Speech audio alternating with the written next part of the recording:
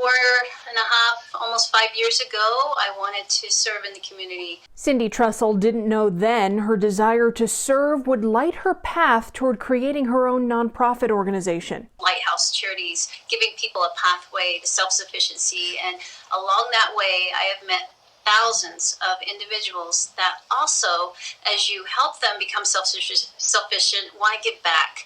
And that's a beautiful thing, and it's a way to unite humanity. Lighthouse now employs nearly 50 people in the community. I became really familiar with refugees and those that had immigrated here from other countries. She was called to help those families. Because of war or persecution or some sort of, lack of food or resources there, they had to leave their country. Many of them had careers. I've had cardiologists here. I've had pilots, accountants, you name it. That transition is one Cindy knows well. So I was born and raised in Australia.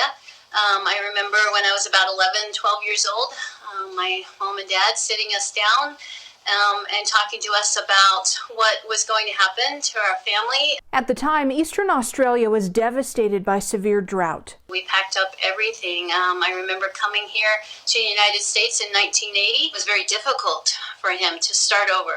I remember sleeping on floors for 6-7 months before we were able to get beds. My family really struggled when we came here, and I think about the families that I help every day not being able to speak English and how much harder it must be for them to land here safely, to have what they need and to be able to start over.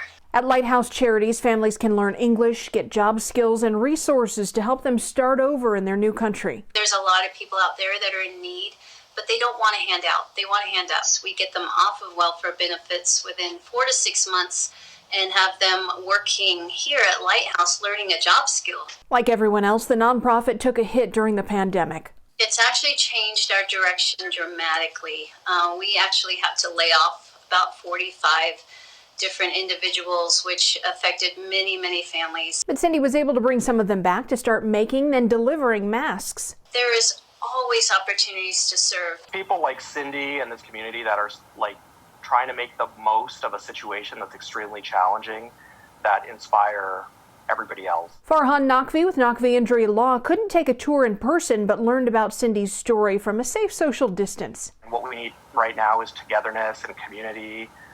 It's amazing what Cindy has done to step up, helping legal immigrants, some of whom don't have a voice in society, and standing up for them. And so it's been amazing how Cindy's been able to really bridge a lot of that gap in this community. And I think this is the most appropriate time for her to be the shining star based on what she has done to bring this community together and help those in need.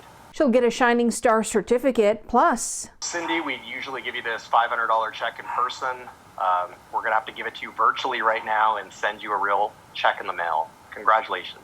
Through this pandemic, there is still blessings and amazing things that can come out of difficult times. And I know that Las Vegas is known for that. And we can all come together and unite as a community. So thank you so much for reaching out to me and giving me this amazing honor. I'm very touched. Thank you. Christine Medella, Fox 5 News, Local, Las Vegas. Well, you can nominate someone to be our next Fox 5 Shining Star. Just go to our website, fox5vegas.com, and click on Shining Star under the Links tab.